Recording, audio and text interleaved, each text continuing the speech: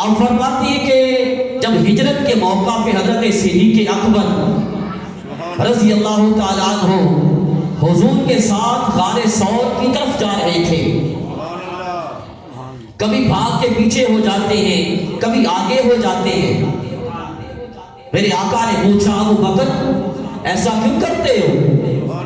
عرض کیا یا رسول اللہ صلی اللہ علیہ وسلم، جب تلاش کرنے والوں کا خیال آتا ہے تو پیچھے ہو جاتا ہوں، جب گھات میں بیٹھے دشمنوں کا خیال آتا ہے تو آگے ہو جاتا ہوں کہ یا رسول اللہ مبادا آپ کو کوئی تکلیف نہ پہنچے۔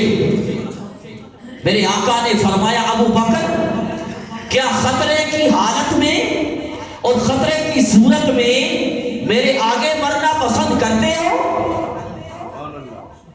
خطرے کی صورت میں میرے آگے بڑھنا پسند کرتے ہو؟ عرض کی یا رسول اللہ رب ذوالجلال کی قسم میرے آقا میری تو آرزو ہی یہی ہے، یعنی میری تو آرزو ہی یہی ہے کہ میری جان بھی آپ میں قربان ہو جائے۔ اور تو سب کچھ دے چکے تھے نا، سب کچھ دے چکے تھے، بس ایک جان تھی، وہ جان بھی نثار کرنے کے لیے پھرتے تھے، وہ جان بھی قربان کرنے کے لیے پھرتے تھے میرے آقا پہ۔ باقی سب کچھ دے چکے تھے، گھر بار دے دیا، وطن دے دیا، وطن دے دیا، اولاد دے دی، مال دے دیا، سب کچھ دے چکے تھے۔ جب اسلام قبول کیا حضرت صدیق اکبر نے رضی اللہ تعالیٰ عنہ 40,000 دینار کے مالک تھے۔ کتنے؟ سمجھ آ رہی ہے سب کو؟ ذکر صدیق ہے، یہ دل کھول کے کرو، سنو ذکر صدیق وطن کے سنو، میرے آقا تم سے راضی ہوں گے۔ ابو بکر کا ذکر کرنے والوں اور سن کے خوش ہونے والوں سے میرے آقا بھی خوش ہوتے ہیں۔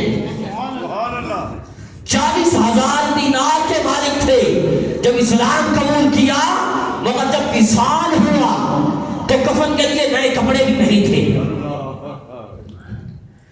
پرانے کپڑوں میں کفن دیا گیا۔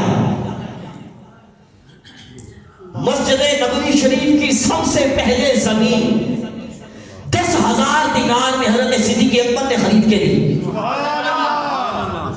سبحان اللہ۔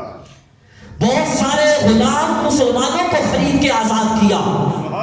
سب سے پہلے بعد میں حضرت عثمان غنی نے آس پاس کی زمین خرید کے ساتھ ملائی مسجد نبوی شریف کے ساتھ، مگر سب سے پہلے وہ جو اصل زمین تھی جس پہ بنیاد رکھی گئی مسجد پاک کی، مسجد نبوی کی، وہ زمین حضرت ابو بکر صدیق نے پیش کی تھی 10,000 دینار میں خرید کے۔ تو اس سے پتہ یہ چلا کہ مسجد نبوی کی بنیاد بھی ابو بکر کے مال سے رکھی گئی۔ نعرہ تکبیر، نعرہ رسالت، نعرہ تحقیق، نعرہ حیدری۔ خدا اور پیارے مصطفیٰ نے مسجد کی بنیاد بھی ابو بکر کے مال سے رکھی ہے، اس لیے ابو بکر کے منکر جو مسجد نبوی میں جائیں تو وہاں خیال ہونا چاہیے لوگوں کو کہ اس کی بنیاد رکھنے والے بھی ابو بکر ہیں رضی اللہ تعالی عنہ۔ سب کچھ دے چکے تھے، بس ایک جان تھی، وہ بھی نثار کرنے کے لیے پھرتے تھے کہ یہ بھی یار میں قربان ہو جائے، اور پھر کر یا قربان کر دی، جان بھی قربان کر دی، اور تو سب کچھ دے دیا تھا، جان بھی قربان کی کہ غار میں کئی بار سانپ سے ڈسوا لیا مگر حرکت نہیں کی۔ تو علماء فرماتے ہیں حضرت صدیق اکبر کے وصال کا سبب اسی سانپ کا زہر تھا جس نے غار میں کاٹا تھا، اسی زہر کے سبب آپ کا وصال ہوا۔ تو اس طرح جان بھی قربان کر دی یار پہ۔ تو پھر میرے آقا حضرت صدیق اکبر کو قربانیاں کا اعلان کیا کرتے تھے، صدیق اکبر کی قربانیوں کا حضور چرچا کیا کرتے تھے میرے آقا۔ حضرت ابو درداء رضی اللہ تعالیٰ عنہ آپ فرماتے ہیں کہ آقا کی بارگاہ میں حاضر تھا، بارگاہ مصطفیٰ میں حاضر تھا کہ حضرت صدیق اکبر آئے، حضرت ابو بکر آئے مگر پریشان تھے۔ کون؟ حضرت ابو بکر پریشان تھے، مگر میرے آقا سے ابو بکر کی پریشانی دیکھنا کیسے گوارا ہے؟ میرے آقا کو ابو بکر کی پریشانی دیکھنا گوارا نہیں ہوتی۔ پریشان نے پوچھا ابو بکر پریشان ہو؟ عرض کیا یا رسول اللہ صلی اللہ علیہ وسلم، میرے اور عمر کے درمیان جھگڑا ہو گیا تھا، میرے اور عمر کے درمیان جھگڑا ہو گیا تھا، میں نے عمر کو برا بھلا کہہ دیا، بعد میں میں نے معافی مانگی تو عمر نے معاف کرنے سے انکار کر دیا، اس وجہ سے پریشان ہوں۔ میرے آقا نے دعا فرمائی، تاجدار کائنات آقا نے حضرت ابو بکر کے لیے دعا فرمائی۔ کیا دعا فرمائی؟ دعا فرمائی الہی ابو بکر کی بخشش فرما دے، ابو بکر کی بخشش فرما۔ تو بھلا بتائیے بخشش ہوئی یا نہ ہوئی؟ ابو بکر کی بخشش ہوئی یا نہ ہوئی؟ لوگوں اب ان دعاؤں کے باوجود بھی تمہیں ابو بکر کے جنتی ہونے میں شک ہے؟ مگر یاد رکھنا ابو بکر جنتی ہیں، اور صرف جنتی نہیں، جنتی بھی وہ ہیں جو امت مصطفیٰ میں سب سے پہلے داخل ہونے والے جنتی ہیں، سب سے پہلے داخل ہونے والے جنت میں حضرت ابو بکر ہیں، سب سے پہلے داخل ہونے والے جنتی ہیں، اور پھر اعلیٰ علیین میں داخل ہونے والے جنتی ہیں، اعلیٰ علیین میں داخل ہونے والے جنتی ہیں، پھر اعلیٰ علیین والوں میں بھی سب سے افضل اور اعلیٰ ہیں، اعلیٰ علیین والوں میں بھی سب سے اعلیٰ ابو بکر ہیں، اور سب سے پہلے جنت میں بھی ابو بکر ہی جائیں گے، سب سے پہلے جنت میں داخلہ ابو بکر رہا ہوگا رضی اللہ تعالی عنہ۔ حضرت ابو ہریرہ رضی اللہ تعالی عنہ حدیث پاک کے راوی ہیں، یہ حدیث میرے سامنے موجود ہے، اور اس حدیث کو امام ابو داؤد نے صحاح ستہ کی کتاب سنن ابی داؤد میں نقل کیا ہے، یہ صحاح ستہ کی حدیث سنانے لگا ہوں۔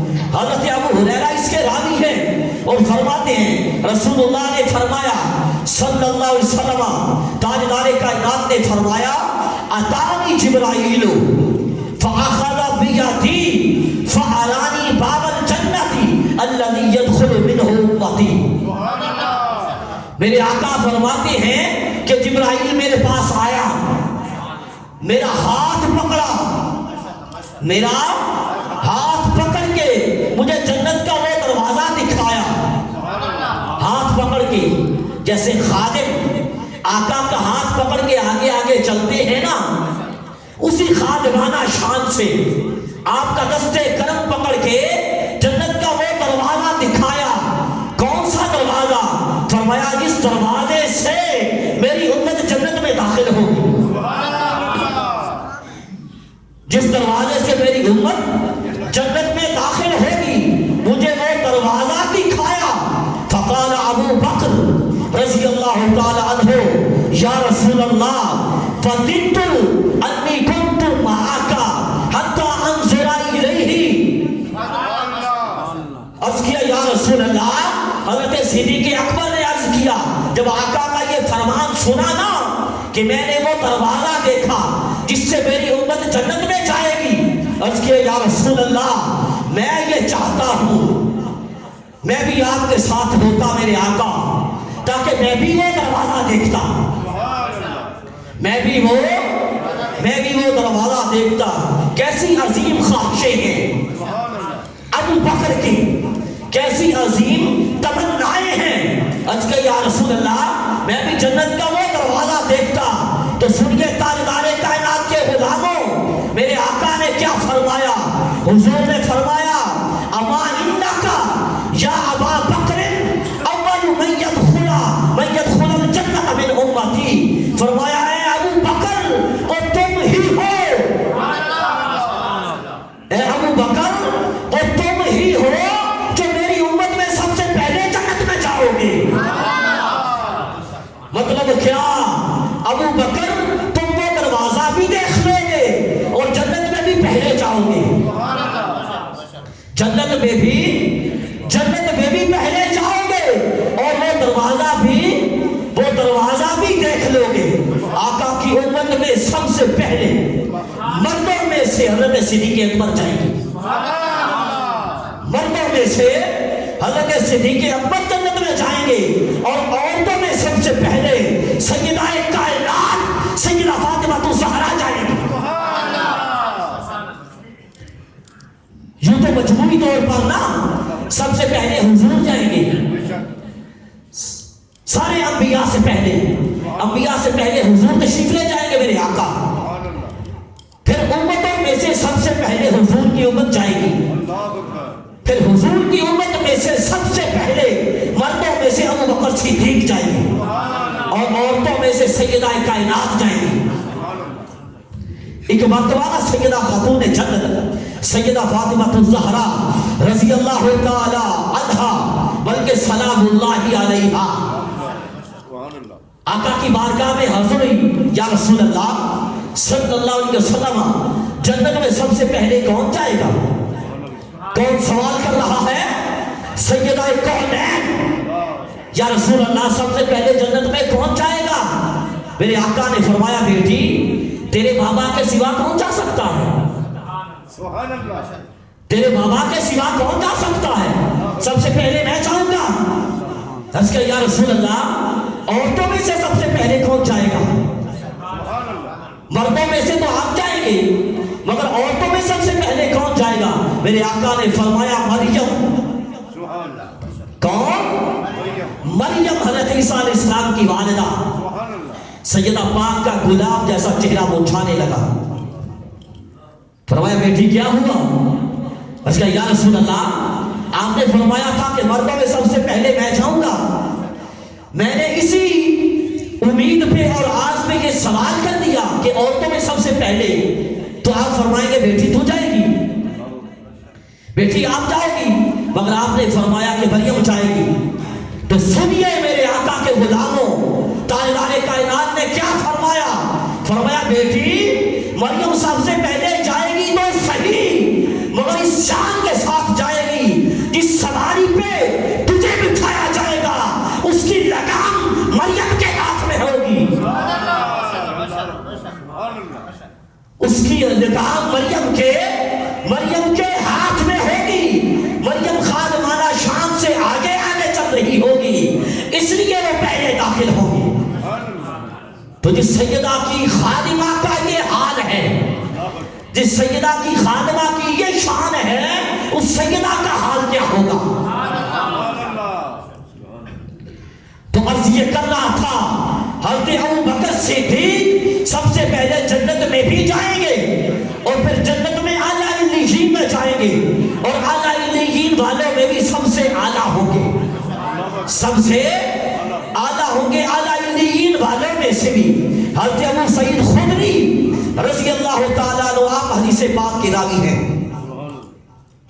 فرماتے میرے آقا نے فرمایا ان نبی صلی اللہ علیہ وسلم قال ان اہل الجنت لا يتراءون اہل علیین کما ترون الکوكب الدری فی افق السماء۔